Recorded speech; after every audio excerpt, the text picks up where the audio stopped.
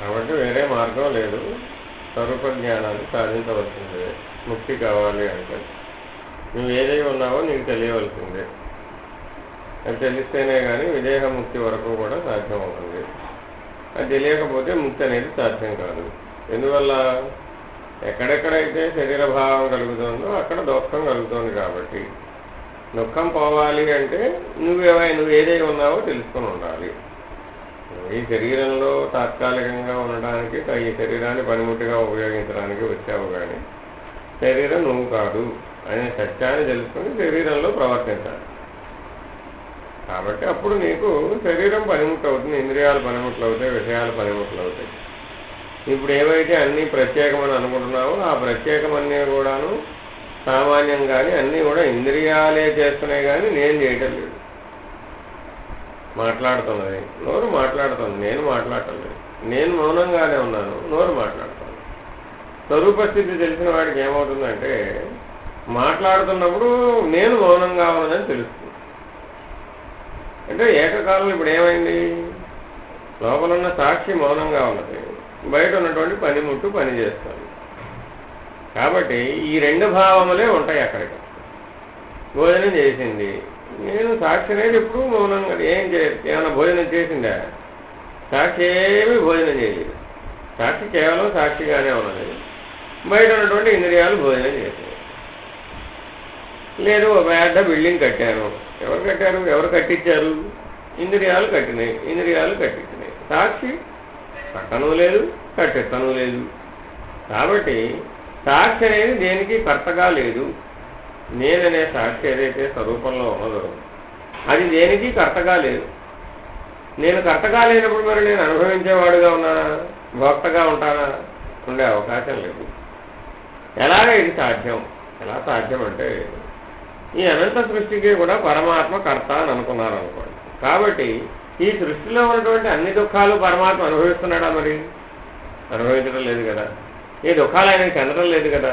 ఎవరు వారే అనుభవిస్తున్నారు కదా, మన కళ్ళ ముందు చూస్తున్నాం కదా. పరమాత్మ దుఃఖాన్ని అనుభవిస్తూ ఉంటే నీవెందుకు దుఃఖపడుతున్నావు? కాబట్టి పరమాత్మ కర్తగా ఉన్నాడా? లేడు కదా. మరి ఎలా ఉన్నాడు? సృష్టికి సాక్షిగా ఉన్నాడు కదా. మరి సాక్షిగా ఉండబట్టే కదా ఈ సృష్టి అంతా కూడా వ్యాపించగలిగాడు. నీలాగా కర్తగా కనుకుంటే ఆయన కూడా పరిమితంగానే ఉండేవాడు కదా. కాబట్టి దివ్యత్వం అంటే ఏమిటి? వ్యాపకత్వమే దివ్యత్వం. ఎందుకని? సర్వవ్యాపకంగా ఉంటేనే తప్ప సాక్షిత్వం సాధ్యం కదా.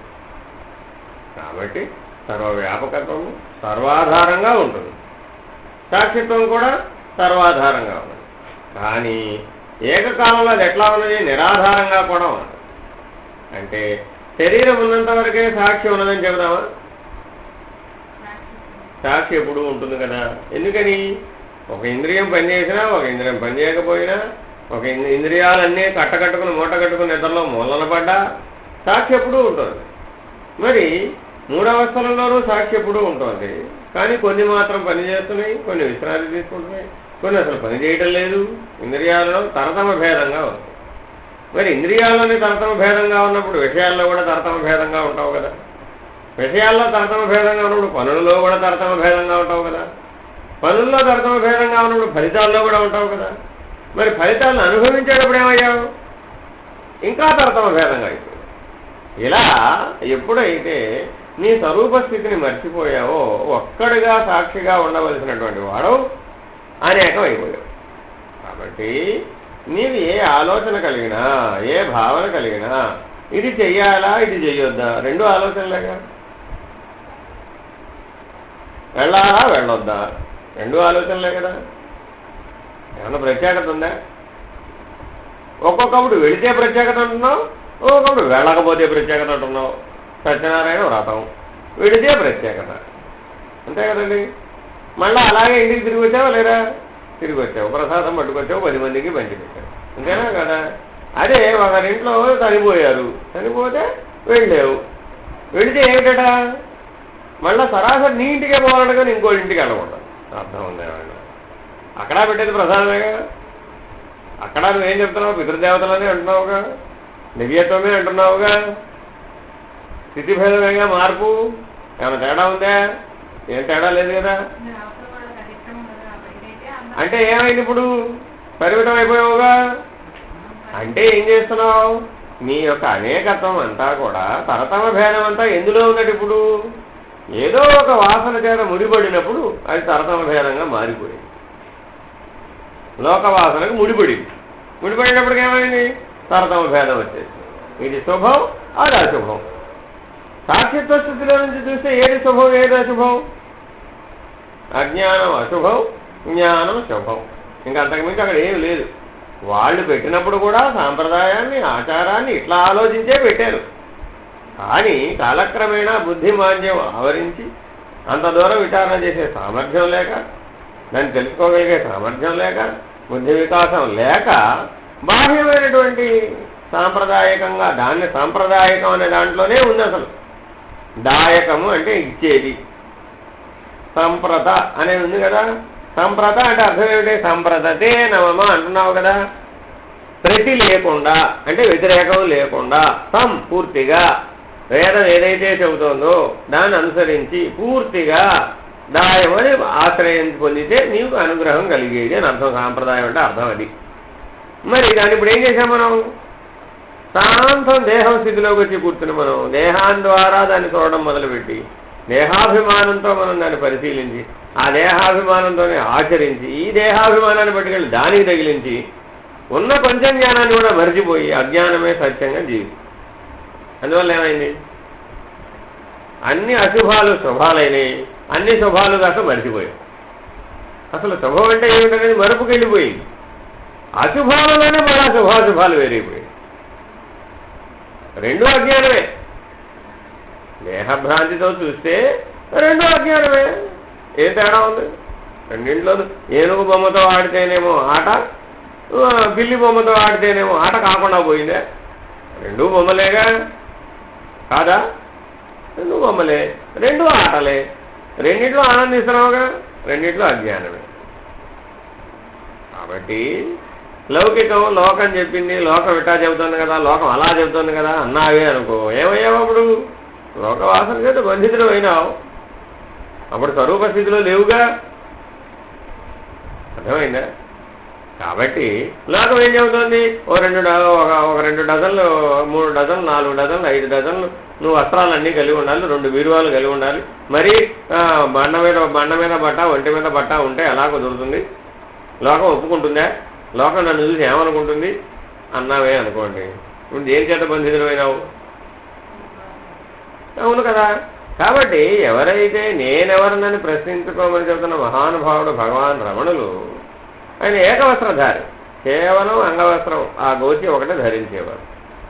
ఆయన వస్త్రాలు ఆయన ఉతుకున్నారు. అసలు ఆయన సమస్య ఏముంది? బరువే ఉంది, ఇబ్బంది ఏమి లేదు. మరి ఇప్పుడు ఆయన ఎందువల్ల అనుకున్నాడు అట్లాగా? అసలు దేహమే మొదటి వస్త్రం. స్వరూప స్థితి నుంచి చూస్తే సాక్షి ధరించినటువంటి మొదటి వస్త్రం ఏమిటి? దేహం. అందులోనే అనేక వేడిచినాయి, అవన్నీ వస్త్రాలేగా. ఇప్పుడు ఏం చేయాలంటే మనం వస్త్రం మీద వస్త్రం, వస్త్రం మీద వస్త్రం, వస్త్రం మీద వస్త్రం, పంచకోశాల వస్త్రాలు కావా? అప్పటికే 5 వస్త్రాలు అయినాయా? ఒక కోశం మీద మరొక కోశం. ముందు ఆనందమయ కోశంలోకి దిగావు కదా స్వరూప స్థితి నుంచి, ఒక కోశం కప్పింది. దాని నుంచి ఏం చేసావు? విజ్ఞానమయ కోశంలోకి దిగావు, అది ఇంకో వస్త్రం కప్పింది. ఇంకో కోశంలో దిగావు, ప్రాణమయం, అది కప్పింది. మనోమయం, ప్రాణమయం, అన్నమయం. 5 వస్త్రాలు అక్కడ కప్పావుగా ఒక్క శరీరం పేరుతో. ఇప్పుడు దాని మీద ఏం చేసావు? మళ్ళా ఒకటి కప్పావు. ఏమంటివి? చాలా గొప్ప అంటివి. అర్థం ఉందా? గొప్పకి అశుభానికి ఏమైనా? ఈ పైన కప్పిన 5 పీకేసి అశుభం అంటివి, అది అర్థం ఉందా ఏమైనా? కాబట్టి దేహభ్రాంతితో పరిమితత్వ భావంతో చూసి నిర్ణయం చేసేటటువంటివన్నీ కూడాను ఎప్పటికీ సత్యం కావు. అవి అశాశ్వతములు, తాత్కాలికములు. లోకము అంటున్నా, లోకంలో అట్లా లేదది. నువ్వే నీ దేహాభిమానం అనే అజ్ఞానంతో దాన్ని తయారు చేసావు. దానికి పేరు లోకము, లౌకికం అని పేరు పెట్టావు. కాబట్టి నీవు ధర్మం నిమిత్తం జీవిస్తున్నావా, జ్ఞానం నిమిత్తం జీవిస్తున్నావా, లోకం నిమిత్తం జీవిస్తున్నావా? లోకం అడిగిందని శరీరంలోకి వచ్చావా? రాలేదుగా. లోకం అడిగిందని శరీరం విడిచిపెడుతున్నావా? లేదు కదా. మరి లోక నిమిత్తం ఏమి చేస్తున్నావు? అజ్ఞానావృతమైనటువంటివన్నీ నీ అజ్ఞానం అంతా తీసుకెళ్ళి లోక నిమిత్తం అని పెట్టి, మన చుట్టూ ప్రపంచం ఉంది కదండి, ఆ ప్రపంచం ఒప్పుకోవాలి కదండి, ఈ సమాజం ఒప్పుకోవాలి కదండి అంటున్నావే. నీ మూలంలో ఒకసారి విచారణ చేసి చూడు. నీ నిద్రలో ఎక్కడుందో ఆ లోకం లేదు, నీ కళలో ఎక్కడుందో ఆ లోకం లేదు, రెండు అవస్థల్లో లేనే లేదు. దాని అవతల సాక్షి అంటావా? దాని దగ్గర అసలు లేదు. మరి ఎప్పుడుందయ్యా? నువ్వు మెలకువలో కాసేపు ఆ ఇంద్రియంతో గుర్తు చేసుకున్నప్పుడు మాత్రమే ఉన్నది. ఈ అనంత సృష్టిలో 84 లక్షల జీవరాశులలో ఏది నీ లోకం? మానవులే అందాం. 643 కోట్ల మానవులలో నీ లోకం ఇప్పుడు ఎంత? నువ్వు గుర్తించే లోకం ఎంత? ఓ గుప్పెడు ఉంటుందా? ఓ 10 మంది ఉంటారా? ఓ 50 మంది ఉంటారా? అంటే ఏమిటి? నువ్వు గుర్తించేవాళ్ళు, నిన్ను గుర్తించేవాళ్ళు, ఇదేగా నీ లోకం. ఈ గుర్తింపు అసలు ఎంతసేపు ఉంది? ఒక దిక్కు చూస్తే ఒక దిక్కు లేదు, ఒకడిని చూస్తే ఒకడు లేడు. అంటే నీవు కొంతమందిని టిక్కు పెట్టుకున్నావు. నీ అజ్ఞానం మేరకు ఎవడు సరిపడతాడో, ఆ అజ్ఞానాన్ని ఎవడు పెట్టుకుంటాడో,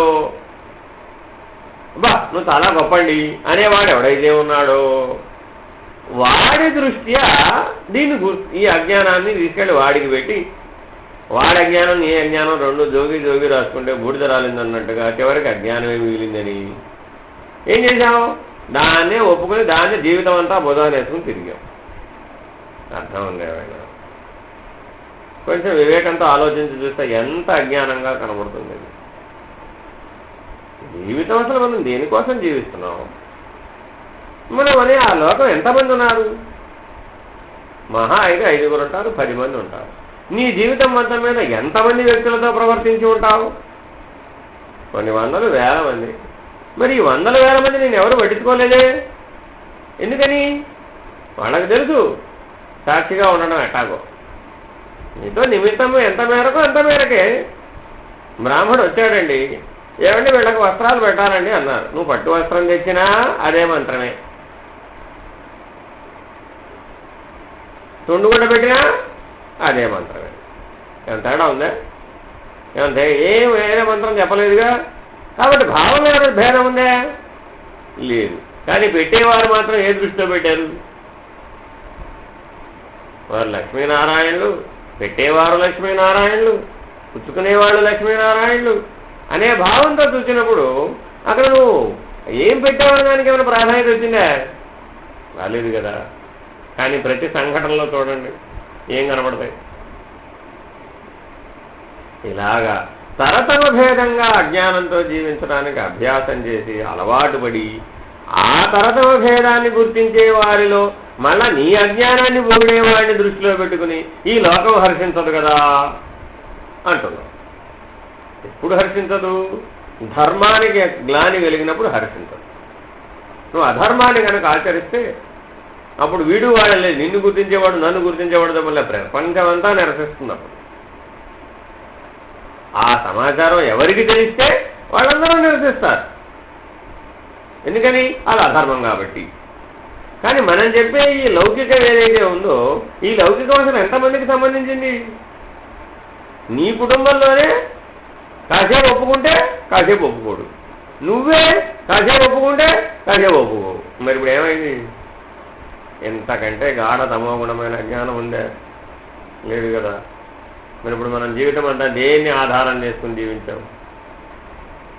ఈ లౌకికాన్నేనా? బుద్ధి వికాసం అంతా ఈ లౌకికం కోసమేగా వెచ్చించడం అంతా. వాడేమంటాడో వీడేమంటాడో, వాడు లేడు వీడు లేడనేది సత్యం తెలుసుకున్నప్పుడు, స్వరూపస్థితి నుంచి చూసినప్పుడు వాడున్నాడా వీడున్నాడా? వాడు లేడు వీడు లేడు. ఎవరున్నారు? సాక్షి ఒక్కడే ఉన్నాడు. ఉంటే వాడే ఉన్నాడు, ఇంకెవడూ లేడు. ఎందుకని? మూడవ తలకి లొంగకుండా, 3 గుణాలకి లొంగకుండా, పంచకోశాలకు లొంగకుండా, ఇవన్నీ పైపైన మెరుగులు, పైపైన ఆవరణలు, పైపైన వస్త్రములు లాంటివి అనే సత్యం ఎవడైతే తెలుసుకున్నాడో అప్పుడు ఏమైంది వాడికి? ఇప్పుడు వాడిని బాధించేవాడెవడు? మాటలు అంటున్నాడండి. ఆ మాటలు అంటున్నది దేన్ని? అయితే అన్నమయ కోశాన్ని కాదు, ప్రాణమయ కోశాన్ని, అది కాదు మనోమయ కోశాన్ని. అంతకుమించి అవతల ఏమైనా అనగలడా? లేదు కదా. మరి ఆ కోశములు ఈ కోశములను విమర్శించినాయట, ఈ కోశములు దాని గురించి బాధపడ్డాయట. అర్థం ఉందిటండి. ఏమైనా నువ్వు ధరించిన వస్త్రం నేను ధరించిన వస్త్రాన్ని విమర్శించిందట. వస్త్రం వస్త్రాన్ని విమర్శిస్తే వస్త్రానికి దుఃఖం కలిగిందట. అర్థం ఉంది. ఏమైనా స్వరూపస్థితి నుంచి చూసినప్పుడు ఇట్లా తోస్తాడనమాట. ఇప్పుడు ఏమైంది? ఓహో అలాగా అంటాడంతే. ఎందుకని? వస్త్రం వస్త్రాన్ని విమర్శించడం ఏమిటి? పెద్ద భ్రాంతి కదా అది. నువ్వు ధరించిందే శరీరం ఓ పెద్ద వస్త్రం, నేను ధరించిన శరీరం అంతకంటే పెద్ద వస్త్రం.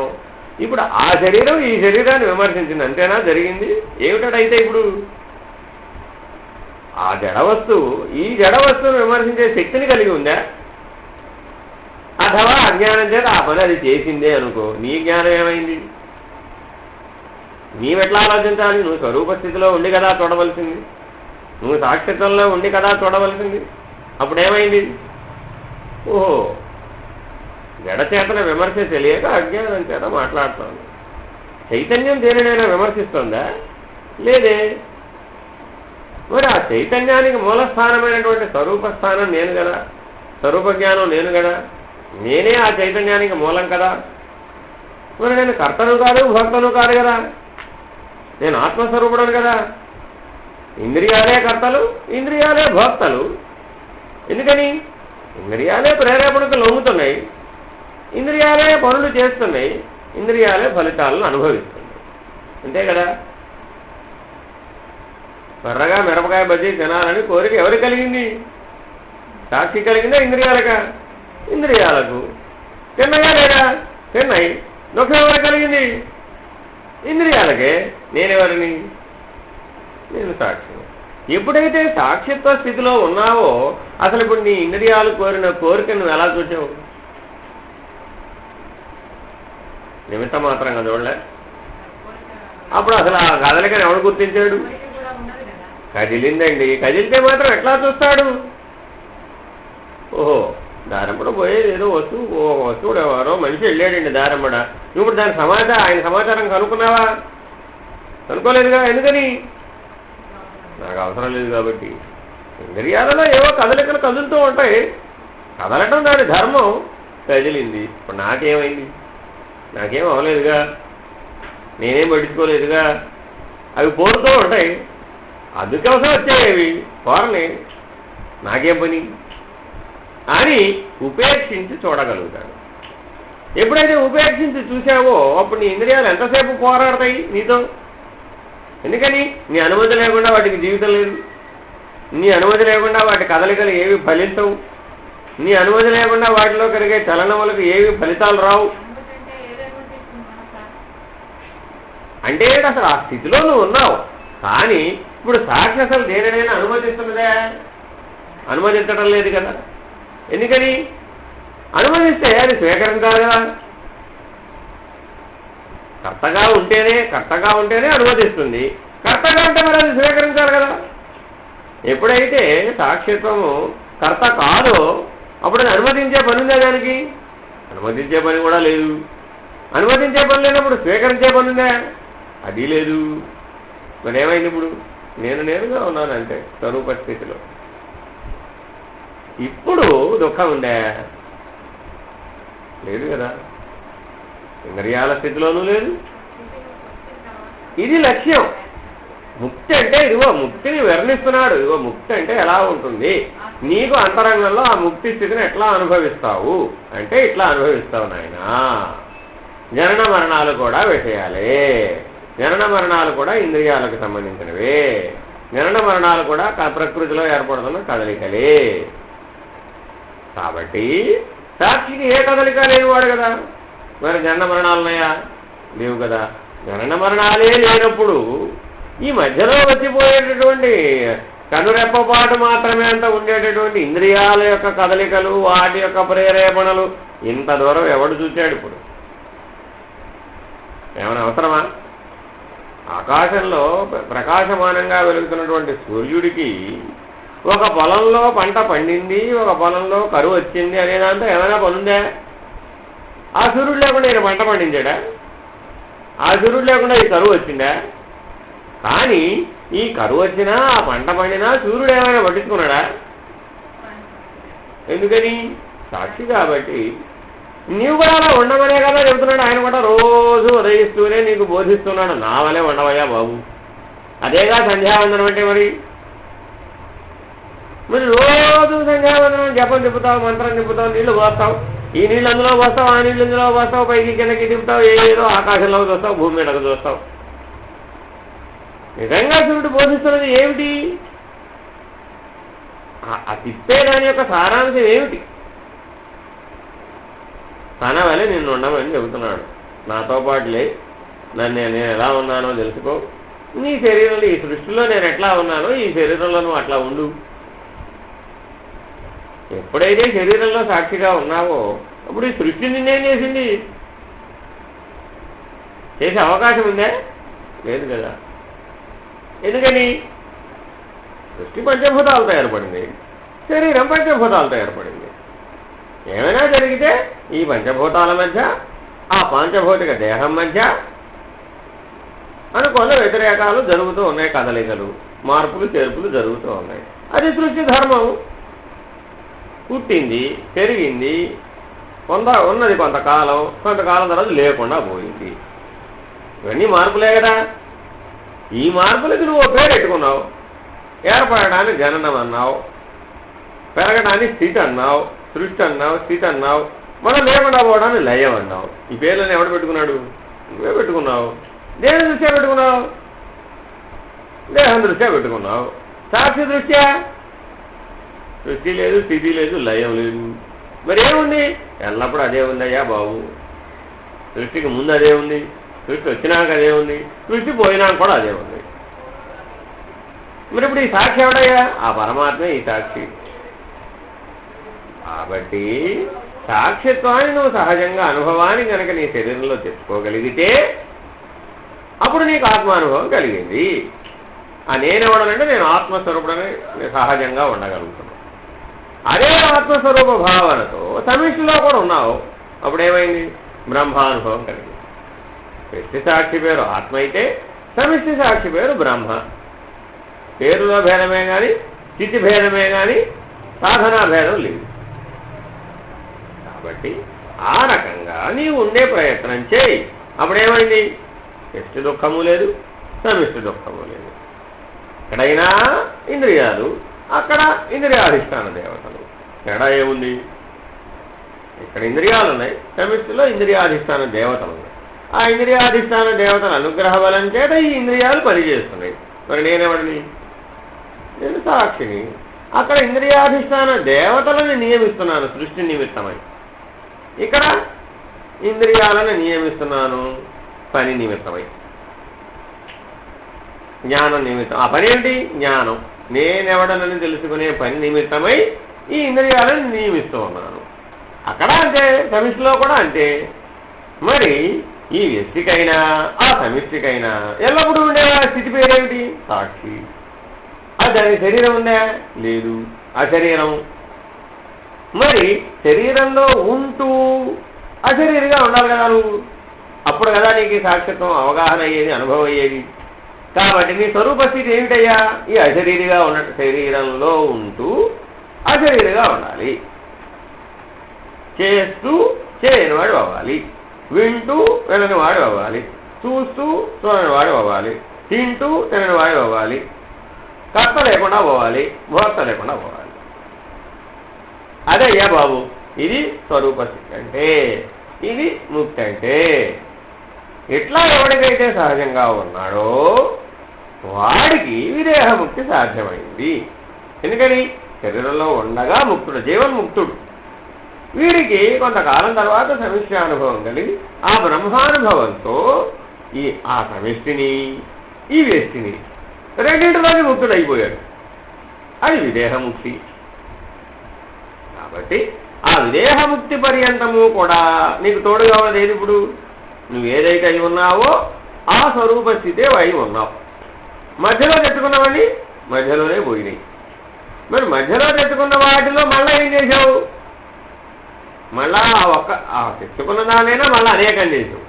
అనేకంలో ఏం చేసావు? మళ్ళా ఇంకా లెక్కలు దమ్ములు పెంచేసావు. ఇంకా ఏం చేసావు? పరిమితులు పెంచేసావు. మరింతగా పెంచేయకపోతే ఏమైపోయావు? మరింత కుంచుకుపోయావు. ఎంతగా పరిమితం అయిపోయావు అంటే ఇప్పుడు ఇక నిన్ను బయటికి లాగాలంటే సాధ్యం కానంతగా కూరుకుపోయావు. ఎందుకు కూరుకుపోయావు అంటున్నాడు?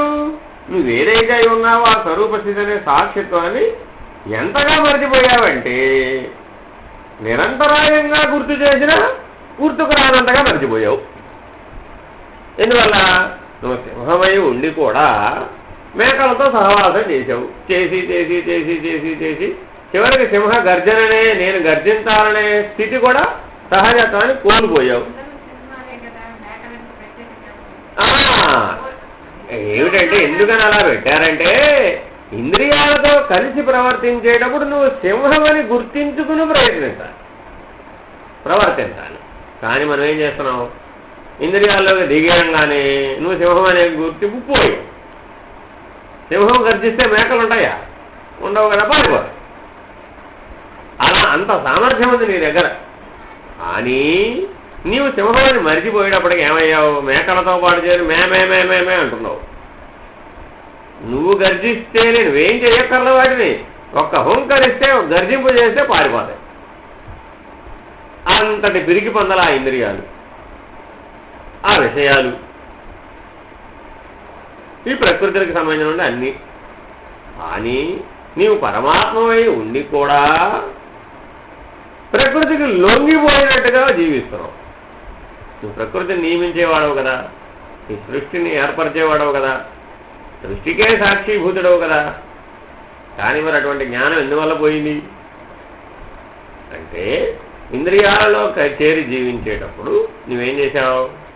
ఇంద్రియాలే సత్యంగా, విషయాలే సత్యంగా, గుణాలే సత్యంగా, అవస్థలే సత్యంగా, కట్టుకున్న వస్త్రమే నీవుగా, కొమ్మరి కొండ ఒకటైపోయే పద్ధతిలో నేను కొండను తయారు చేసేవాడే కానీ కొమ్మరి కొండ అవుతాడా ఎప్పటికైనా?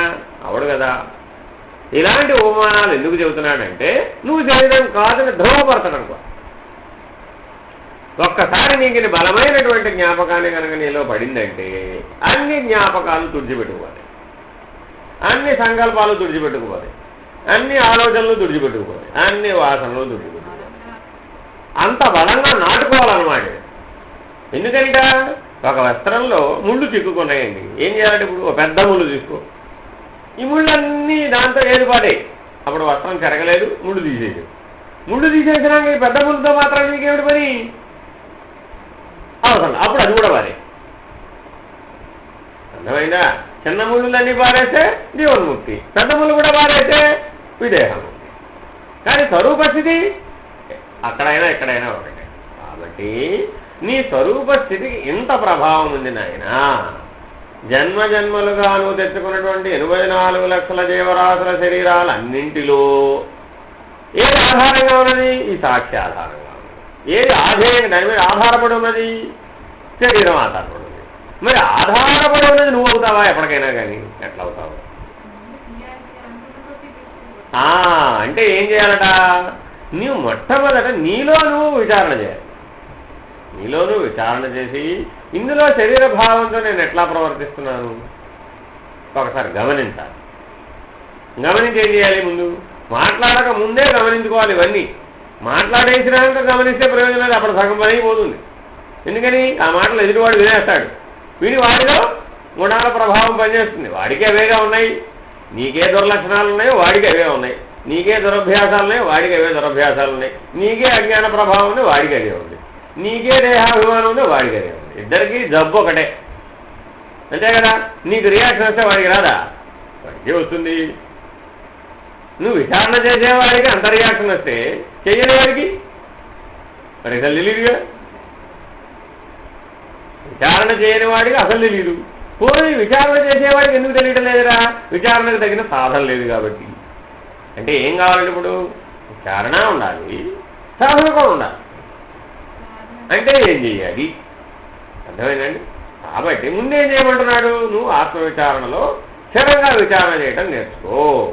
స్వరూపస్థితి సత్యమని తెలుసుకో. స్వరూపస్థితి మీద నిలబడే ప్రయత్నం చేయి. స్వరూపస్థితి యొక్క గొప్పతనం అంతా తెలుసుకో. ఆ సాక్షిత్వంలో ఉన్నటువంటి ఆ శక్తి ఏమిటో నీకు అవగాహన అయితే దానికోసం నువ్వు ప్రయత్నం చేసేదంతా సాధన అవుతుంది. ఆ సాధనలో బలపడే కొద్దీ నీకు విచారణ బలపడితేనే కానీ సాధన బలపడదు. అంతేనే కదా. మనం ఏం చేస్తున్నాం, విచారణ చేయలేదు ఇంతకుముందు, అన్ని పనులు చేసుకొచ్చావు. నవవిధ భక్తి మార్గాల్లో ఉన్న అన్ని పనులు అన్ని సాధనలు చేసేసావు, ఏమి లేదు, ఆత్మవిచారం లేదు. అందువల్ల ఏమైంది, ఒక రెక్కతో అట్టా ఎగురుతావు, ఏకారం. ఇప్పుడేమైంది, ఆత్మవిచారణ నేర్చుకున్నావు కానీ పూర్వ సాధనల్ని కూడా నేను చేసేసే కదా, నాకెందుకు ఇంకా అని నీవు విడిచిపెట్టావు. విడిచిపెడితే ఏమైంది, అవి పోయినాయి పూర్తిగా, పోలేదుగా. ఎవడైనా ఆ పని చేసినప్పుడు నీకు ఆ స్మరణ కలుగుతుందిగా, కలిగినప్పుడు దాని అర్థం ఏమిటి, ఇంకా నీలో మిగిలిందనే కదా, మిగిలిందా లేదా. కాబట్టి ఏం చేయాలంటే ఇప్పుడు ఆత్మవిచారణ జ్ఞానం ప్రారంభించిన తర్వాత ఈ ఆత్మవిచారణ జ్ఞానంతో నీలో బలీయంగా ఏదైనా ఒక పూజ చేయాలనో ఒక జపం చేయాలనో ఈ నవవిధ భక్తి మార్గాలకు సంబంధించిన కనుక స్మరణకు వస్తే ఈ ఆత్మవిచారణ జ్ఞానంలో నుంచి బయటికి రాకుండా, స్వరూపస్థితి అనే స్థితిలోంచి బయటికి రాకుండా దాన్ని ఆచరించు. అప్పుడేమైంది, పూర్వం ఆచరించినప్పుడు ఏ అనుభవము మిగలే, ఫలితం మీద తాపత్రయం తప్ప. ఇప్పుడేమైంది, ఫలితం మీద తాపత్రయం లేదుగా, స్వరూపస్థితి గురించి ఒక లక్ష్యంలో నిలబడి చేస్తున్నావుగా. అప్పుడు ఈ సాధనంతా ఏమైపోయింది, జ్ఞానానుభవానికి. ఈ నవవిధ భక్తి మార్గాలే, ఈ సంస్కారాలే, ఈ వాసనలే, ఈ శరీరమే, ఈ ప్రపంచమే.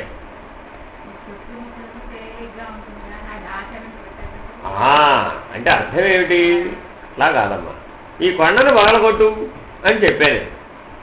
పగలగొట్టడం ఎట్లాగో చెప్పినంత మాత్రం నువ్వు కొండను పగలగొడతావా, పగలగొట్టే ప్రయత్నం మొదలుపెట్టావు.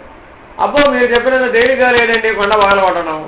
ఇప్పుడు నేను తేలిగ్గా ఉంటుందని చెప్పానా నీకు, ఎప్పుడు తేలిగ్గా ఉంటుంది,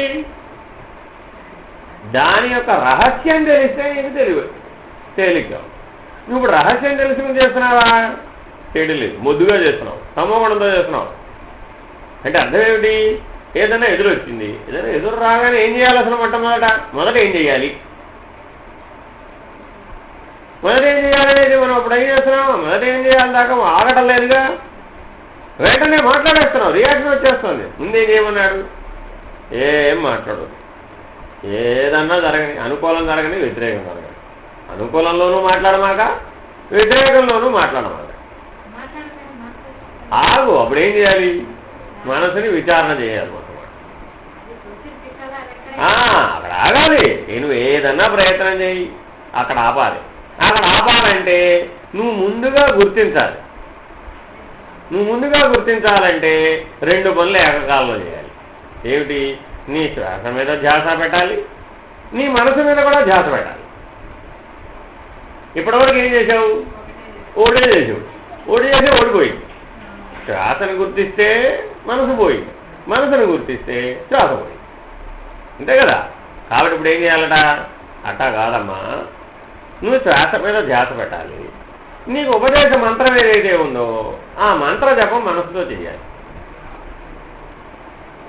రెండు పనులు ఏకకాలంలో చేయాలి. మనసు రెండు పనులు చేయగలుగుతుంది, ఎప్పుడైనా గుర్తుపెట్టుకోండి. దానికి రెండు ఉన్నాయి సామర్థ్యాలు. చేస్తుంది, ప్రయత్నం చేయి. ఎట్లా ప్రయత్నం చేయాలంటే, నేను ఇప్పుడు ఏకకాలంలో ముందేం చేయాలి, మొదటి ఒక 2-3 నిమిషాలు 5 నిమిషాలు శ్వాసను గమనించాలి. గమనిస్తూ ఉండగానే మనసు ఏం చేస్తుంది, అది రెండో పని చేయగలుగుతుందిగా. రెండో పని ఏం చేసింది, జ్ఞాపకాలు తవ్వడం మొదలు, అంతే కదా. ఆ జ్ఞాపకాలను తవ్వడం మొదలు పెట్టక ముందే నువ్వేం చేయాలంటే, ఇప్పుడు నీ ఉపదేశ మంత్రం ఏదైతే ఉందో ఆ మంత్ర జపం మానసికంగా చేయడం మొదలు. ఇప్పుడు మనసు శక్తి ఎంత, 2 పనులు. ఒక పని ఏం చేస్తుంది, శ్వాస మీద ధ్యాస. రెండో పని ఏం చేస్తుంది, మంత్ర జపం. అర్థమైందా. ఇవి రెండు ఎప్పుడైతే చేసేసిందో మూడో పని చేసేంత శక్తి సామర్థ్యాలు అప్పుడే దాంట్లో ఉండవు. నువ్వు ఈ పని చేసే కొద్దీ ఏమైపోతుందంటే శ్వాస మీద ధ్యాస వెంటనే వచ్చేస్తుంది, నిలకడ వచ్చేస్తుంది. ఒక దాంట్లో నిలకడ రాగానే ఇప్పుడు అదేం చెబుతుంది, అది నేను ఇప్పుడు గమనించక్కర్లేదు, అది సహజం అయిపోయింది. ఇప్పుడు నేనేం చేస్తున్నాను, మంత్రజపం ఒకటే చేస్తున్నాను. ఇప్పుడు రెండో పని చేసే సామర్థ్యం వచ్చింది, మిగిలింది. అప్పుడు ఏం చేసి మళ్ళా జ్ఞాపకాలు రావడం మొదలుపెట్టింది. ఇప్పుడు ఏం చేయాలి? ఆ జపం చేసేటప్పుడు జపానికి సంబంధించినటువంటి సద్గురుమూర్తితో దేవతామూర్తితో ఉంటుంది, దాన్ని జోడించాలి. ఇప్పుడు మనసు ఏం చేసింది? సహజంగా శాస్త్రమైన ధ్యాసను కలిగి ఉంది. రెండో పని మొదటి పని కింద జపాన్ని చేసింది, రెండో పని కింద భావ రూపాన్ని ఎదుర్కొండా పెట్టింది. బాహ్య రూపంతో పనిలే అప్పటిక. ఏ గురువునైతే నువ్వు విశ్వసించావో, ఏ పరమాత్మనైతే నువ్వు విశ్వసించావో, ఆ పరమాత్మ యొక్క నీవనుకున్నటువంటి భౌతిక రూపాన్ని మనసులో ముద్రించి జపం రూపం, జపం రూపం, మెట్టు దిగింది, రూపం చెడింది, వెంటనే ఏమొస్తుంది? దీని కింద ఏముంది? శ్వాసమేధ్యాస. శ్వాసమేధ్యాస జపం రూపం, శ్వాసమేధ్యాస జపం రూపం, ఈ మూడి మీద తిరుగుతూ ఉంటుంది. కొంతకాలం అయ్యేప్పటికి ఏమైపోయింది?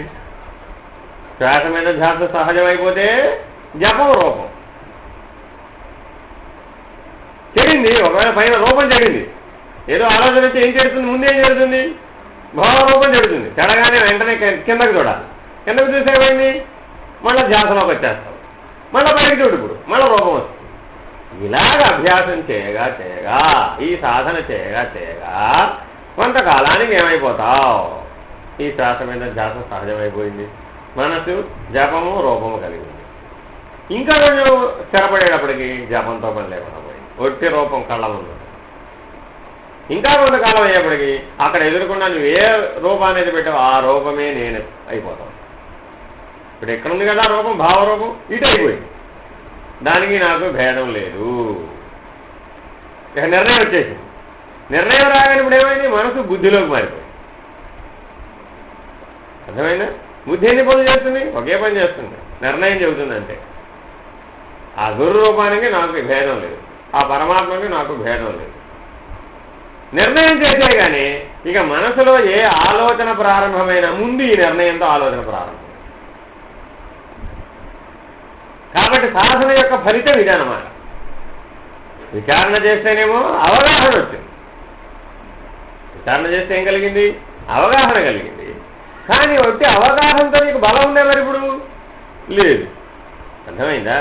నీ ఇంట్లో అన్నం ఉంది, పప్పు ఉంది, కూర ఉంది, అది ఉంది, ఇది ఉంది, ఇది ఉంది, పేర్లు చదివినంత మాత్రాన నీకు శక్తి కలుగుతుందే? కలగదు కదా. ఏం చేయాలి? వాటిని సేకరించాలి, అంతేనా కదా? నీకు స్వరూప స్థితి ఉందని తెలిసింది, పంచకోశాలు ఉన్నాయని తెలిసింది, 3 అవస్థలు ఉన్నాయని తెలిసింది, 3 గుణాలు ఉన్నాయని తెలిసింది, సాక్షిత్వం ఎలా చెడిపోతుందో తెలిసింది, ఎలా దుఃఖం వస్తుందో తెలిసింది, ఎలా దుఃఖం నివృత్తి పొందుతుందో తెలిసింది. ఇవన్నీ ఎట్లా తెలిసినాయి? వాటి అడ్రస్లు తెలిసినాయి, వాటి స్థితులు తెలిసినాయి, పేర్లు తెలిసినాయి, దాని మీద అవగాహన వచ్చింది. కానీ ఏం రాలేదు? అనుభవం రాలేదు. అనుభవం రావాలంటే ఏం చేయాలి? సాధన చేయాలి. ఆ విచారణ అవగాహన ఉండాలి, ఆత్మవిచారణతో కూడిన అవగాహన ఉండాలి, సాధన చేయాలి. ఈ రెండింటితో కలిసినటువంటి జీవితాన్ని జీవించాలి. ఇప్పుడు మన జీవితంలో ఈ రెండు ఉన్నాయా? ఒకటి ఉంటే ఒకటి లేదు. ఏమైంది దానివల్ల? ఒక రెక్కతో ఎట్ట ఎగురుతావు? ఎగరలేదు. కాబట్టి నీవు ఆత్మవిచారణను అభ్యాసం చేయాలి. మొట్టమొదట ఆత్మవిచారణను అభ్యాసం చేస్తూ నీ వాసనా బలం మేరకు, నీ సంస్కార బలం మేరకు ఏ ఏ సాధనలు నీకు అనుకూలమని తోస్తే ఈ విచారణను కొనసాగిస్తూ ఈ విచారణా దృష్టితో ఆ సాధనలు చేయాలి. ఏమైనప్పుడు? అప్పుడు సాధన, అవగాహన రెండూ ఉన్నాయి. రెండింటి వల్ల నిర్ణయం కలుగుతుంది, ఒక్కదాని వల్ల నిర్ణయం కలగదు. ఒక్కసారి ఆ నిర్ణయం కలిగితే బుద్ధిలో ఆ నిర్ణయ ప్రభావంతో ఆలోచించడం మొదలు పెడుతుంది.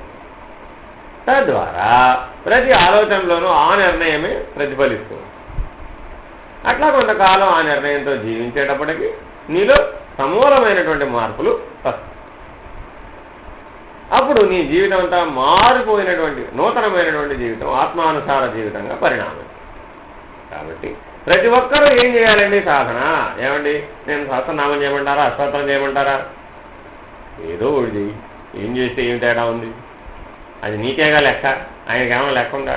సహస్రమైనా, అష్టోత్తరమైనా, ఏకనామైనా ఆ దేవతకి ఏమైనా తేడా ఉందా? పరమాత్మకి ఏమైనా తేడా ఉందా? ఏమీ లేదు. ఎందుకని? అవి స్వరూప స్థితులు కదా.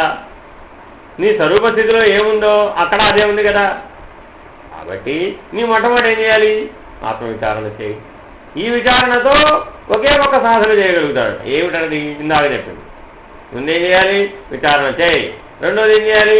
శ్వాస మీద ధ్యాస పెట్టు. మూడోది ఏం చేయి? మంత్ర జపం చేయి. నాలుగోది ఏం చేయాలి? దానికి తగ్గ గురువు యొక్క రూపాన్ని కానీ పరమాత్మ యొక్క రూపాన్ని కానీ అనుసంధానించు. ఎప్పుడైతే ఈ క్రమంలో చేశావో ఏమైనప్పుడు నీకు మానసికంగా బలం లభించింది, మానసికంగా అనుసరించగలిగే సామర్థ్యం వచ్చింది, బుద్ధికి సామర్థ్యం వచ్చింది, బుద్ధి వికాసం పూర్తయింది. ఆ బుద్ధి వికాసం పూర్తయినప్పుడు ఏ నిర్ణయంతో అయితే స్వరూపస్థితికి సంబంధించిన నిర్ణయం ఉన్నదో ఆ నిర్ణయంతో మనసులోకి దిగుతూ ఉంటారు. కాబట్టి అప్పుడు మనసు యొక్క పూర్ణమైనటువంటి రూపాంతరం చెందింది, సంస్కార బలం అంతా రూపాంతరం చెందింది. కొత్త సంస్కారాలు జ్ఞానపరమైనటువంటివి ఏర్పడ్డాయి. అజ్ఞానపరమైనవి తోచినప్పుడల్లా అభ్యాస బలం చేత వాటిని నిరసించేస్తూ ఉంటాం. అది లోకల్లో కానీ వ్యక్తిగా నీకు కానీ నిరసించేస్తాడు అంతే. ఎందుకని తను ఆచరించలేక వాటిని ఆ జ్ఞాన పద్ధతిలో ఆచరించడు. ఆచరిస్తే జ్ఞాన పద్ధతిలోనే ఆచరిస్తాడు. ఎప్పుడు అది నిమిత్త కర్మ ధర్మం అనుకున్నప్పుడే ఆచరిస్తాడు. ప్రత్యేకత కోసం ఆచరిస్తాడు. జీవితం మాత్రమే సత్యనారాయణ ఎన్నిసార్లు చేయాలి? నీకు శక్తి ఉంటే రోజు చేసుకో, లేకపోతే సంవత్సరానికి ఒకసారైనా చెయ్యి, లేకపోతే నామకరణం వివాహం ఇంకా వగైరా ఏవో 4-5 చెప్తావు, అప్పుడు చెయ్యి. మరణకాలంలో ఎందుకు చేయొద్దు? మరణకాలం కూడా గొప్పదేగా కాదా? మరిదొకప్పుడు చేయడం లేదు. ఒకసారి విచారణ చేయండి. మరణం అశుభంగా చూచావు, సత్యనారాయణ శుభంగా చూచావు. అర్థం ఉందే? ఎందుకని? నిజమైన జ్ఞానం అసలు అప్పుడే బోధిస్తున్నాడు నీకు. సరైన జ్ఞానం అప్పుడే తెలుస్తోంది. ఉత్తమోత్తమ జ్ఞానం లభించిన తర్వాత దేహభ్రాంతితో ఉన్న వ్రతం చేయమని చెప్తాడు ఎవడైనా? కానీ ఎంతైన విషయం ఏమిటో చూడండి. 13వ రోజు తర్వాత పుణ్యాహవచనం తర్వాత వాళ్ళందరూ ఏం చేస్తున్నారండి? అర్థం ఉంది. ఉత్తమోత్తమైన జ్ఞానం 13 రోజులు బోధించాడు నిత్యకర్మ ద్వారా. నీవు ఆత్మస్వరూపుడవు నాయన, నీవు జీవుడవు కాదు, నువ్వు శరీరం కాదు, నీవు ఇంద్రియాలు కాదు, ఇవన్నీ ఎట్లా వస్తున్నాయి, ఇదిగో సృష్టి ఇట్లా ఏర్పడుతుంది పోతుంది. 13 రోజులు ఏకరువు పెట్టి నిత్యకర్మ చేయించాడు. 13వ రోజు మళ్ళీ ఏం చేశాడు? ఇప్పుడు మనం ఇది సాంప్రదాయం అని ఒప్పుకున్నామా? ఏ సాంప్రదాయం అన్నాం ఇప్పుడు? అజ్ఞాన సాంప్రదాయమా జ్ఞాన సాంప్రదాయమా? అంటే అర్థం ఏమిటి? జ్ఞానంలో ఇంకా గాఢ సంభోగం, నిద్రపోతూ చేయడమే. ఎందుకని? నిద్రపోయేవాడికి ఏం చేశాడు ఏం చేయలేదు ఏమి తేడా తెలుసు. విచారణ, అందుకే మొట్టమొదటి విచారణ అని చెప్పేది. ఎంతగా నువ్వు విచారణలో బలపడితే అంతగా నీకు సత్వగుణం అభివృద్ధి చెందుతుంది. సత్వగుణం అభివృద్ధి చెందితే కానీ నీ శ్వాస మీద ధ్యాస కానీ మనసు జపం చేయడం కానీ ఆరోపణ నిలపడం కానీ అవి ఏవి సాధ్యం కావు. అర్థమైందా? ఎందుకని వాళ్ళందరూ ఒకటే చేయమంటున్నారంటే అందరూ తమోగుణం వాళ్ళేగా. ఆ ఒక్కటి చేయడమే కష్టసాధ్యం. నువ్వు ఒక్కసారి 4 చేయమంటే సాధ్యం కాదు. అందుకని ఏం చేశారు ఇప్పుడు వాళ్ళు? సరేలే ఈ గోళంతా నీకెందుకు కానీ ఆ శ్వాస మీద ధ్యాస ముందే దేడు, అది వచ్చినాక చూద్దాం. అది వచ్చినాక ఆత్మవిచారణ చెబుతాడు అన్నమాట. అక్కడ ఉద్దేశం అది. ఆత్మవిచారణ అప్పుడు చెబుతాడు. అప్పుడు చెప్పి మళ్ళీ ఈ శ్వాస మీద శ్వాస చేయిస్తాడు. 2 చేతలైన వాడు మీకు బోధించేవాడు. ఇప్పుడు అక్కడ ఒకడు కూర్చొని ధ్యానం బోధిస్తున్నాడు కదా, వాడెవడు? వాడికి 2 తెలుసు. ఏమిటి? ఆత్మవిచారణ తెలుసు, శ్వాస మీద ధ్యాస తెలుసు. కానీ ఏం తెలియదు? పరిస్థితులు తెలియవు, ఇంకా పై సాధనలు తెలియవు. అది కూడా తెలిసిన వాడు ఏం చేస్తాడు? అది చెప్తాడు. ఇట్లా ఎవరికి వాళ్ళు ఏ సాధన ద్వారా పరిణామం చెందుతూ వచ్చారో ఆ స్వరూప స్థితిని తెలుసుకోగలిగారో ఆ పద్ధతిలో వాళ్ళు చెబుతూ ఉంటారు. నీ సంస్కార బలానికి ఏది అనుకూలంగా ఉంటుందో ఆ మార్గాన్ని ఎంపిక చేసుకో. ఈ మార్గం ఆ మార్గం ఇది గొప్పది తక్కువ నేను చెప్పడంలే. నీ సంస్కార బలానికి ఏది అనుకూలమో అది ఎంపిక చేసుకో. ఆయా సాధనల్ని ఆత్మవిచారణతో చేయి. అంతేగాని ఆత్మవిచారణ విడిచిపెట్టి చేస్తే ప్రయోజనం లేదు. కాబట్టి ముందు నీకు తమోగుణ ప్రభావం తగ్గిపోవాలన్నా రజోగుణ ప్రభావం తగ్గిపోవాలన్నా ఆత్మవిచారణ చేయాలి. ఎంతగా ఆత్మవిచారణ చేయాలంటే సత్వగుణం వృద్ధి చెంది ఎప్పుడూ ఆత్మవిచారణతో జీవితం గడుస్తూ ఉన్నది అనుకుని స్థిరపడేంత వరకు ఆత్మవిచారణ చేయాలి. మరి రెండో పని చేయొచ్చు కదండి, చేయి. ఎవరు చేస్తున్నారు? ఏ సాధనైనా చేయి ఆత్మవిచారణతోటి. కానీ అంతర్ముఖ ప్రయాణం అంటున్నావే, అంతర్ముఖ ప్రయాణం మాత్రం ఎలా సాధ్యమయ్యా అంటే ఈ ఆత్మవిచారణ తర్వాత మొదటి స్థితిలో ఏం తెలుసుకోవాలి? ప్రాణమయ కోశాన్ని తెలుసుకోవాలి. కాబట్టి శ్వాసమధ్యాసం. ప్రాణమయాన్ని దాటావు, ఇప్పుడేం తెలియాలి? మనోమయం తెలియాలి. కాబట్టి మనసుతో జపం చేయి, అప్పుడు మనోమయం తెలిసింది. అర్థమైందా? దానిపైన ఏం తెలియాలి? విజ్ఞానమయం తెలియాలి. దానికి ఏం చేయాలి? ఆ గురుమూర్తి యొక్క రూపాన్ని భద్రంగా పెట్టు. అక్కడ ఈ జపం, ఆ రూపం, ఈ కింద ధ్యాస. బయటకు వస్తే ఆత్మవిచారణ. ఇక నిన్ను తెరపట్టమన్నప్పుడు రక్షణ కవచాలు ఎన్ని ఏర్పరిచాం? పంచకోశాలు కదా. పంచకోశాలకి 5 కోటలు ఏర్పాటు చేసాము. ఇప్పుడు నీ మీద దాడి చేయము. ఎలా చేస్తాయి? ఎందుకని? బయటకు అన్నమయ కోశ పరిధిలోకి వచ్చావా? ఆత్మవిచారణ. నోరు తెరిస్తే ఆత్మవిచారణే. ఇంద్రియాలు ఓపెన్ చేస్తే ఇంద్రియాలను అమల్లో పెట్టాలంటే ఆత్మవిచారణతోనే మొదలు పెడతాడు. అంతే. ఇలా బహిరంగం. లోపలికి తిరిగావు, శ్వాసమధ్యాస. ఇంకా లోపలికి తిరిగావు, మనసుతో జపం. ఇంకా లోపలికి తిరిగావు, గురుమూర్తి యొక్క రూపం, పరమాత్మ యొక్క రూపం. ఇంకా లోపలికి తిరిగావు, స్వరూప స్థితి అనే నిర్ణయం. ఫినిష్. ఎందుకని? అదేనయ్యా బాబు సాక్షి. ఆ సాక్షిత్వ స్థితిలో ఉంటాడంటే చూడాలి కిందకి, ఇంద్రియాల్లోకి. పైనుంచి కొండ మీద నుంచి కిందకి ప్రపంచాన్ని ఎట్లా చూస్తాడు. అప్పుడు ఎలా కనబడుతుంది ప్రపంచం? కొండ మీద దేవుడిని కింద ఉన్న ప్రపంచం ఏమైనా చేయగలరా? ఏమీ చేయలేదు కదా. అంతా చిన్నదిగా కనపడలే ప్రపంచం అంతా. కిందకి దిగి కింద నుంచి బయట చూస్తే ఇవి పెద్ద ప్రమాదకరంగా కనపడ్డాయి. అంత భేదం ఉంటుందన్నమాట. అంతే కదా. మరి ఎప్పుడైతే ఈ క్రమంలో వెళ్ళావో ఆ ఆధారంగా పెట్టుకున్న రూపమే నేనైపోతానో ఎప్పుడైతే వెంటనే ఆత్మసాక్షాత్కార జ్ఞానం కలదు. అర్థమైందండి? ఈ సాధనా క్రమంలో వెళ్ళేవాడికి ఎప్పుడైతే ఆ బుద్ధి స్థితిని దాటిపోతాడో వెంటనే ఆత్మసాక్షాత్కార జ్ఞానం కలదు. అప్పుడేమైందిగా బుద్ధిలో ఏ జ్ఞాపకం పనిచేయాలన్నా నేను ఆత్మస్వరూపుడనే నిర్ణయం మొదలైతేనే ఆ జ్ఞాపకాలు పనిచేస్తాయి. దానికి సరిపడని జ్ఞాపకాలని బుద్ధి ఏం చేస్తుందంటే చెరిపివేసేది. దానికి అసామర్థ్యం వచ్చేస్తానమాట. అప్పుడు ఆ బుద్ధి వికాసం పూర్తి అయ్యేటప్పటికి దీనికి సరిపడే వాటినే ఉంచుతుంది, మిగిలిన వాటి అన్నిటినీ చెరిపివేసేస్తుంది. ఎందుకని? వీడేం అమలు చేయడు కాబట్టి. అమలు చేయను నీ దగ్గర ఏమైనా ఉన్నాయా? ఇప్పుడు ఏమీ లేవు. చిన్నప్పుడు కొన్ని పనులు చేసామండి, పెద్ద అయినాక అవేవి ఇప్పుడు చేయలేదండి.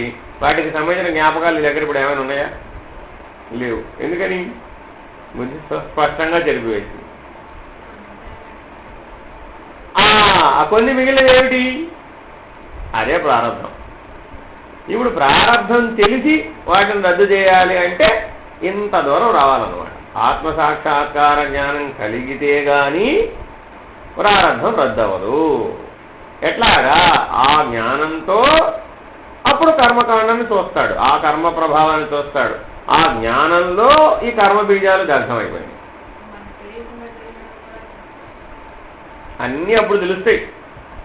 నీ బుద్ధి యొక్క అంతరాంతరాలలోకి వెళ్ళగలిగే సామర్థ్యం ఇప్పుడు లేదు. అర్థమైందా? ఈ క్రమంలో సాధన చేస్తూ నేనెవడనని ప్రశ్నించుకుంటూ నేను ఆత్మస్వరూపుడనే నిర్ణయాన్ని చివరి వరకు ఎప్పుడైతే నువ్వు నిలబెట్టుకోగలిగావో అప్పుడు ఆత్మసాక్షాత్కార జ్ఞాన ప్రభావంతో నీ బుద్ధిలోకి చూస్తే నీ బాల్యం కాదు, నీ జన్మజన్మాది క్రమంలో నీకు వచ్చినవన్నీ కూడా అప్పుడు తెలియబడిపోతాయి. అన్నీ దగ్ధమైపోతాయి. ఎందుకని? గుణాతీతంగా ఉంటావు కాబట్టి. గుణాలకు లొంగావా మళ్ళా దగ్ధంగా అలాగే ఉండిపోతాయి ఆ బీజాలు, మళ్ళా మొలకెత్తుతూ ఉంటాయి. కాబట్టి ఎంత జ్ఞానం వచ్చినా కూడా వీడు మళ్ళా అజ్ఞానానికి సంబంధించిన పనే చేస్తున్నాడని అనుకుంటావు అనుకో. ఎందువల్ల కలుగుతోంది అంటే అవి ఇంకా శాంతం పోలేదు, వాటిలోంచి విడుదల పొందలేదు, అవి రద్దవలేదు. ఎప్పటికైనా రద్దవ్వాల్సిందే. ఎందుకని? అప్పుడే నీకు ముక్తి సాధ్యం. కాబట్టి ఏం చెప్తున్నాడు అక్కడ? నేనెవడను అనేటువంటి స్వరూప స్థితికి సంబంధించిన విచారణని బలపరుచుకో. ఇది మొదటి సాధన. ఆ క్రమంలో పంచకోశాల క్రమం ఎట్లా ఉందో అదే క్రమంలో సాధన చేస్తూ పో. ఎప్పుడైతే నువ్వు విజ్ఞానమయ కోశ పరిధిని దాటి ఆనందమయ కోశ పరిధిని దాటి నేననే స్వరూపస్థితిని తెలుసుకోగలిగావో, ఆత్మసాక్షాత్కార జ్ఞానం కలిగిందో, అప్పుడు ఆ స్థితి నుంచి కిందకి చూస్తావు, ఆ స్థితి నుంచి పంచకోశాలను చూస్తావు. అప్పుడు నీవు పంచకోశ వ్యతిరిక్తుడవు, గుణత్రయాతీతుడవు, అవస్థాత్రయాతీతుడవు అని నీకే అనుభవానికి వస్తుంది. అది సాక్షి యొక్క అనుభవం. ఇటువంటిది ఉన్నవాడికే ముక్తి సాధ్యమవుతుంది. చదవండి, కిందకి స్పష్టంగా చెబుతాడు ఇదంతా.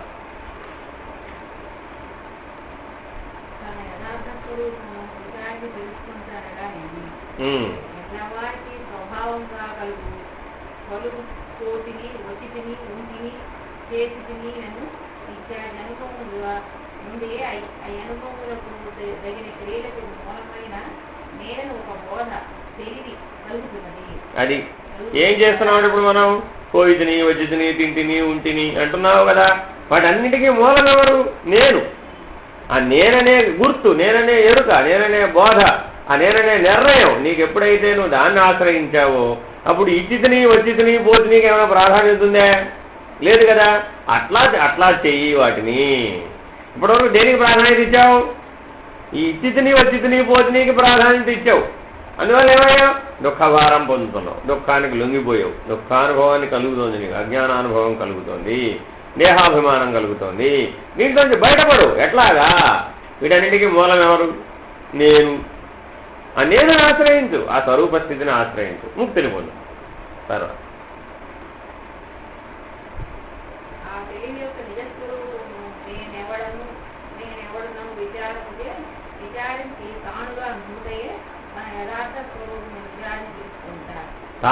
తానెవడనో తెలుసుకొని తానుగా ఉండుటయ్యే.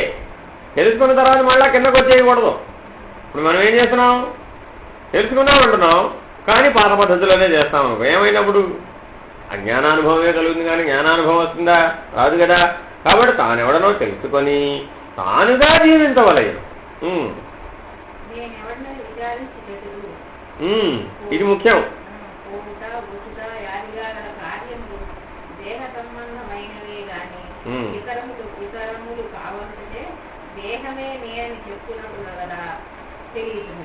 నేను హైదరాబాద్ నుంచి ఇక్కడికి వచ్చాను. దేహం వచ్చిందా? నేను వచ్చానా? దేహం వచ్చింది. నేను వచ్చాను అంటున్నావు, నువ్వు రాలే, దేహం వచ్చింది. ఈ సత్యం తెలుసుకున్నవాడు ఏమంటాడు? ఇప్పుడు రావడం జరిగింది,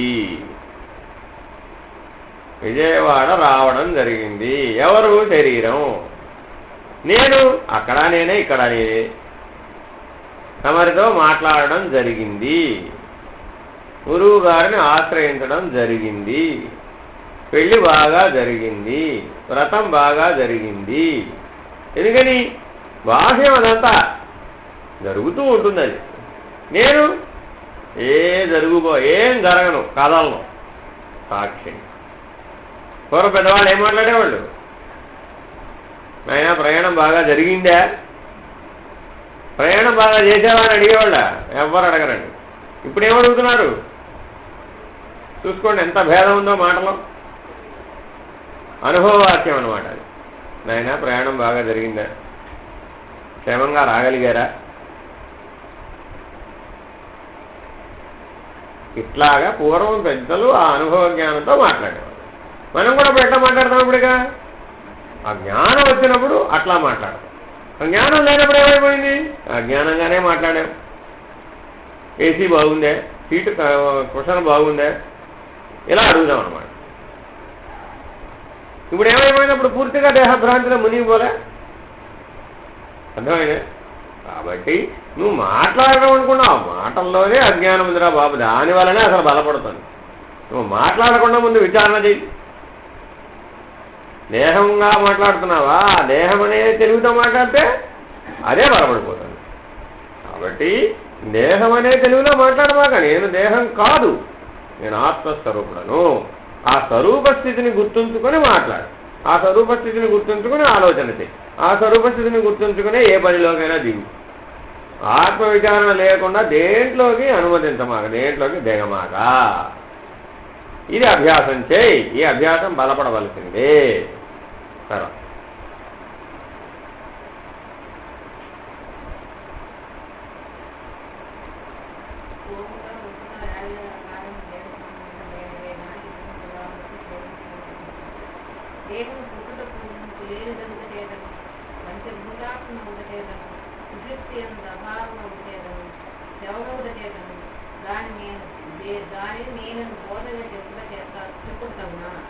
అదే నేనని అందామా? అదే నేనంటే ఏమైంది? నిద్రలో ఉండటం లేదు, జనన మరణాలకు లోనవుతోంది, కొద్ది కాలమే ఉంటుంది, కొంతకాలం తర్వాత ఉండటం లేదు, శాశ్వతంగా లేదు, సర్వవ్యాపకంగా లేదు, పరిమితంగా ఉన్నది. మరి దీన్ని ఇదే నేనని చెబుదామా? ఎట్లా అంటావు అనడానికి వీలు కాదు కదా. నేను శాశ్వతుడిని కదా, నేను సాక్షిని కదా, నేను ఆధారం కదా. మరి నా మీద ఆధారపడ్డది కదా దేహం అనేది. అది శవం వలే ఉంది కదా, నేనుంటేనే అది కదా అది కదులుతోంది. మరి దేహం నేనని బోధించవచ్చా? బోధించరాదు కదా. కాబట్టి మనం ఇతరులకు ఏమైనా చెప్పేటప్పుడు దేహభ్రాంతితో చెబుతున్నావా, దేహభ్రాంతి లేకుండా చెబుతున్నావా చూసుకో. మామూలు మాటలైనా సరే అప్పుడేమైంది? జ్ఞాన పద్ధతిగా బలపడతాం.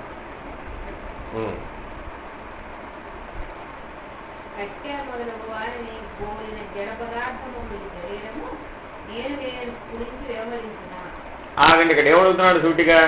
శరీరం జడ పదార్థం. ఈ జడ పదార్థం నేననే అవకాశం అసలు ఆ తెలివి దానికి ఉందా? లేదు కదా.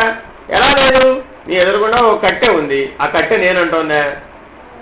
అనేక జడ పదార్థాలు ఉన్నాయి ఈ సృష్టిలో, అవేవైనా నేనంటున్నాయా? నేననే తెలివి దానికి ఉందా? లేదు కదా. కాబట్టి మరి శరీరం కూడా జడ పదార్థం కదా. మరి శరీరం నేననే అవకాశం దానికి ఉందా? అసలు లేదు కదా. నీవు కూడా మాట్లాడేటప్పుడు ఏమంటున్నావు? నా శరీరం అంటున్నావు కదా.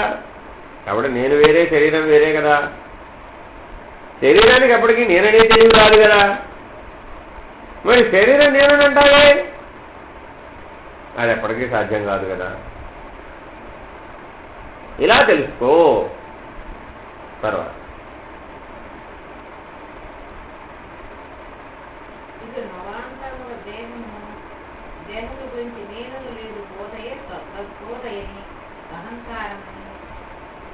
ఇట్లా ఎప్పుడైతే ఈ నేను శరీరం అనే దాన్ని ఆశ్రయించి కనుక నువ్వు ఏది చేసినా కూడా అది అహంకారమై కూర్చుంది. నేను నిరసిస్తే అన్ని సమస్యలు పరిష్కారం.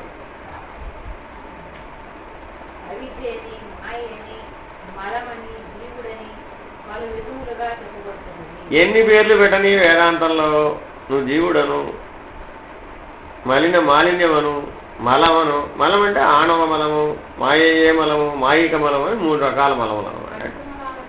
అది వేరే. ఇది త్రివిధ మలములు. ఇంకో 2 యాడ్ చేస్తే ఇవి పంచమలములు. నీ బ్రహ్మ విద్యలో అన్నీ ఉంటాయి. అవన్నీ మీకు ఇచ్చంగా బ్రహ్మ విద్య అనే పుస్తకం, అందులో అన్నీ ఉంటాయి. అలాగే తాపత్రయాలను, గుణత్రయాలను నువ్వు ఎన్నన్నా చెప్పుకో బాబు, అవన్నీ ఏమిటి? అహంకారం బాబు, దేహాభిమానం ఉన్నాయి. ఆ ఒక్కదానే ఇన్నయింది. ఏ పేరుతో చెప్పినా ఆ దేహాభిమానమే.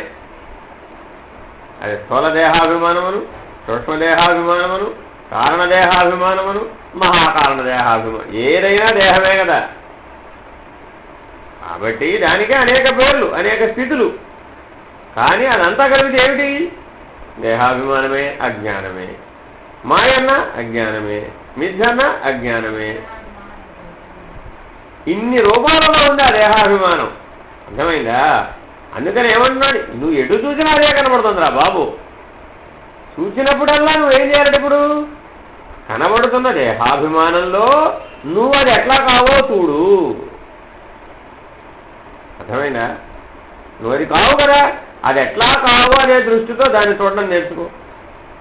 ఎలాగయ్యా ఇది సాధ్యం? ఒక వ్యక్తి వచ్చాడండి, ఇవాళే మొదటిసారి చూసుకున్నావు. అతను ఎలా చూసావు? ఇతనికి నాకు ఏమి సంబంధం? ఏ సంబంధము లేదు అంటున్నావా లేదా? అవునా కదా? అలా చూడు వీటిని కూడా. అలా చూడాలి అనే దృఢమైన నిర్ణయం ఉండాలి నేను. అప్పుడేం చేస్తావు? అలా చూస్తావు.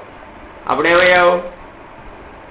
గతానికి సంబంధించినటువంటి దేహాభిమానము, నేను దేహాత్మ స్వరూపుడను, శరీరమే నేను, ఆ అభిమానంతో చేసిన విధానం, ఆ జ్ఞాపకాలు అవేమి నీ మీదకి పనిచేయడాలు.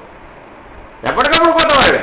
మానవా, నువ్వు కొత్తవాడివి కాదు నాయన, సనాతనుడవు. ఎవరు వాడు? ఆ సాక్షి, ఆ ఆత్మస్వరూపం. అది పాతది, అది ఎప్పుడూ కొత్తది కాదు. మరి కొత్తదేమిటి? దేహం ఎప్పుడు కొత్తదే, పనిముట్టు ఎప్పుడు కొత్తదే. ఈ పనిముట్టుతో పని అయిపోయింది, విసిరవతల పారేసావు, కొత్త పనిముట్టు తెచ్చుకున్నావు. ఇంతే జనన మరణాలంటే. ఇప్పుడు దేనికి భయపడతావు? పనిముట్టు పారేసినందుకు భయపడతావా? కొత్త పనిముట్టు తెచ్చుకున్నందుకు ఆనందిస్తావా? ఇది కాదు అది కాదు, భ్రాంతి ఉండదు కదా. నీకు దీనికి నాకు ఏమిటయ్యా సంబంధం? నాకేం సంబంధం లేదు దీంతో. ఈ పనిముట్టు తెచ్చుకున్నాను పని నిమిత్తమై, ఆ జ్ఞానం నిమిత్తమై ఈ పనిముట్టును తెచ్చుకున్నాను. అజ్ఞానం పోగొట్టుకోవాలి, జ్ఞానం పొందాలి. ఆ పని నిమిత్తం ఇదే పనిముట్టు తెచ్చాను. వాడారు, పారేశారు. ఎక్కడ పారేసేమిటి? వల్లకాట్లో పారేసేమిటి, నీళ్ళలో పారేసేమిటి, అడవిలో పారేసేమిటి అంటే ఏమిటి? ఇట్లా చూడాలయ్యా. నువ్వు రోజువారీ జీవితంలో జనన మరణాలకి సంబంధించినవి కానీ, జనన మరణాల మధ్యలో ఉన్న జీవితానికి సంబంధించినవి కానీ ఇట్లా చూడడం అలవాటు చేసుకుని నిరసించాలి. వాటిని, అజ్ఞానాన్ని నిరసించాలి. ఆ లోకవాసన, శాస్త్రవాసన, దేహవాసన నిరసించాలి. 3 గుణాలని నిరసించాలి. ఈ నిరసించే పద్ధతిలో నువ్వు రానంత వరకు కూడా నీవు ఆత్మైనటువంటి స్థితిలో నిలబడలేవు. దేహాభిమానాన్ని నిరసించమని చెబుతున్నాడు. అందుకోసమని ఇప్పటివరకు ఏం చేశావు? దేహాభిమానాన్ని బాగా బలపరిచావు. అర్థమైందండి? ఎందుకని? దానికి అయితే అదేగా బోధించావు. వాడికి పుట్టి బుద్ధి ఎరిగినప్పటి నుంచి మనం బోధించింది ఏమిటి చెప్పండి? ఎంతసేపు నాయనా జాగ్రత్తగా ఉండు, వాడికి ఏమీ పెట్టమాక అని, నువ్వే శుభ్రంగా తిను. ఇదేగా మనం చెప్పేది చిన్నపిల్లలకి మొదటి నుంచి. ఈ వస్తువు నీదేనా? ఈ పెన్సిల్ ఎవరిదిరా? నాదే. వాడు నాదే అనగానే మనం మహదానందపడిపోతున్నాం.